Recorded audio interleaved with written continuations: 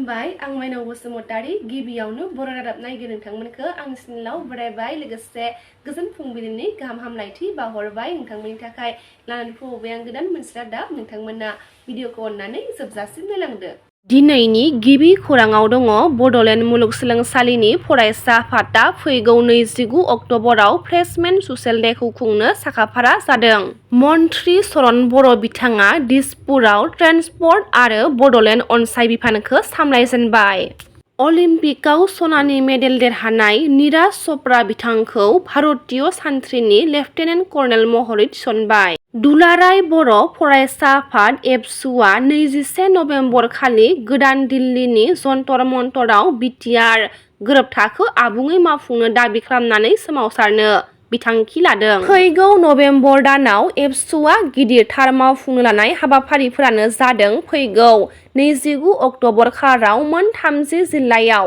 रेली four बड' accord implementation 2020 मुंजों सोमावसारगोन। दुलाराय बर' फरायसा आफाद एबसुआ 21 नभेम्बर खालि गोदान दिल्लीनि जन्तर मन्तराव बिटिआर गोजोन गोरोबथाखौ आबुङै मावफुंनो खावलायनानै सोमावसारगोन। आरोबाव 20 नभेम्बर खालाराव 10 था सिख सेडोलनि दैदेनगिरिफोरजों कन्स्टिटुएन्सि क्लाबाव सेमिनार खुंफुंगोन होनना खौरां मोननाय जादों। भारत हादोरनि हादोरगिरि द्रौपदी मुर्मु बिथाङा केरेलायाव दावबायनाय समाव मोनसे जाब्रबथाय जादों होनना खौरां मोननाय जादों। हादोरगिरि द्रौपदी मुर्मु बिथाङा हेलिकप्टाराव लेन्डिं खालामनाय समाव जाब्रबथाय जादों होनना मिथिनो मोन्दों। लेन्डिं खालामनाय समाव हेलिकप्टारनि मोनसे साखाया गोदानै बानायनाय हेलिपेडआव गोदोयो होनना खौरां मोननाय जादों।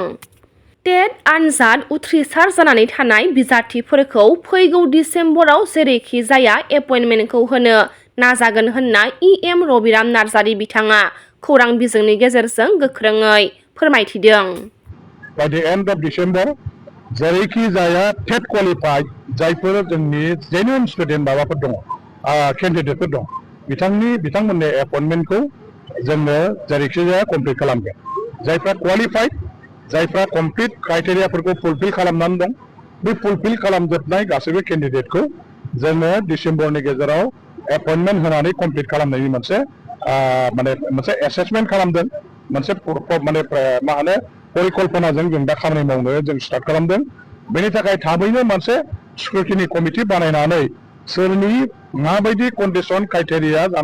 दङ बेफोरखौ नायनो थाखाय आङो मोनसे कमिटि बानायगोन आरो बे कमिटिनि रिपर्ट मथे जोङो डिसेम्बरनि गेजेराव बे टेट पास जानाय केन्डिडेटफोरखौ एपइन्टमेन्टखौ होजोबनो थाखाय सेस्था खालामगोन।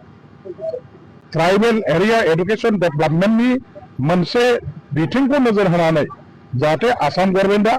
बेवहाय मोनसे स्पेशल एक्टनि गेजेरजों जमदुवार कलेजजों लोगोसे 10टा कलेज आरो जेसेबां कलेजफोर दं बे कलेजफोरखौ प्रभिन्सियेलाइज खालामनायनि जाहाथे बेबस्था लायो बेनि थाखाय थाबैनो आं आसाम गभर्नमेन्टजों सावरायगोन। आङो दा जोंनि अफिसारफोरनिफ्राय ब्रिफिं लागासिनो दं बबे कलेजनि अबस्था माबायदि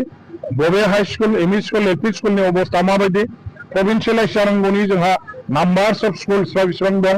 गासैबो बेयाव जोंहा टिचार एपइन्टमेन्ट होनांगौ दं बेफोर गासैखौबो नोजोर होनानै आं दा अफिसारफोरजों सावरायगासिनो दं। जेखि जाया लासै लासै जोङो बे बेसेबांबा जेंना जेंगोनाजों बुंफबनाय सोलोंथाइ बिफाननि कलेज स्कुलफोरनि जेंनाफोरखौ बोस्रांनो थाखाय जोङो एसे सम लागोन आरो बेनि थाखाय हाबाफारि लागोन। आं मोनफ्रोमबो दल संगठन फोरोंगिरि फरायसा आफादफोर गासैखौबो खावलायगोन बिथांमोनहा जाहाथे सरकारखौ मदद होयो बेफोर जेंनाफोरखौ बोस्रांनाय प्रभिन्सियेलाइज खालामनाय टिचार एपइन्टमेन्ट एडभार्टाइजमेन्ट अफ मा होनो बेखौ प्रसेस अफ एपइन्टमेन्ट गासै बारग' एनडिएफबिफोरनो आसाम सोरखारनि साख्रियाव 2% थिखानाय मासियाव बाक्सा जिल्लानिफ्राय सा 33 बारग' एनडिएफबि बिथांमोना आसाम पुलिसाव साख्रि मोननो हादों लोगोसे खौरां बिजोंनि गेजेरजों माखासे बाथ्राखौ फोरमायथिदों। खुलुमबाय आंनि मुङा बिजित सरगियारि आं बाक्सा जिल्ला सालबारिनिफ्राय दाखालि बावैसो जा फोस्रावनाय पुलिसनि जा रिजाल्ट बेवहाय आंबो सासे एनडिएफबि हिसाबै जितु 2% आसाम गभर्नमेन्टआ रिजार्भेसन होनाय बे 2% रिजार्भेसन माने खथायावहाय आंबो इउबि पस्टआवहाय बे पस्टखौ आवग्रिना लानो हाबाय आरो बेवहाय आं खोब गोजोननाय मोन्दों आरो लोगोसे जोंनि बाक्सा जिल्ला हिसाबै 33 जन एक्स एनडिएफबिफोरा बे पस्टआवहाय आवग्रिदों आरो आसाम पुलिसावहाय साकरिखौ मोनदों आरो लोगोसे धन्यबाद होनांगोन जोंनि एक्स एनडिबिनिनो जा इउनाइटेड फराम अफ एक्स एनडिबि होननाय आफाद बे फराम आफादाहाय दिनै हर सान खस्थ' नाजानायनि गेजेरजों जा बिथांमोना जोंनो 2% रिजार्भेशननि जा खथा बेखौ लाबोना होनायावहाय जों उथ्रिसारनो हादों बेनि थाखाय बिथांमोनखौ थेंक इउ सो माच आरो जोंनि गोसो गोरबोनिफ्राय बिथांमोनखौ जों धन्यबाद जासियो आरो उननि फैबाय थानाय समफोरावबो जेन जाय बिथांमोनाहाय मोनबावनो थानाय बिथांमोननि थाखाय आरोबाव खामानिखौ मावफुंनानै होयो आरो गभर्नमेन्ट अफ आसामजों बिथांमोना सावरायनायनि गेजेरजों आरोबाव बिथांमोना 2%नि अनगायै आरो जेसेबां हायो एसेबांसिम बिथांमोना 5% 6%आनो जा बिथांमोना बे खथाखौ आरो लाबोबावनानै बिथांमोननो साकरिखौ होनो हायो बिथांमोनखौ आं खावलायो आरो लोगोसे जोंनि बिटिआरनि जा गभर्नमेन्ट दा बे बिटिआरनि गभर्नमेन्ट जा बिपिएफ गभर्नमेन्ट थामहिनबा हाग्रामा महिलारि बिथां सारा दैदेनबाय थानाय जा बिटिसि गभर्नमेन्ट दा बे बिटिसि गभर्नमेन्टखौबो बेखौनो खावलायो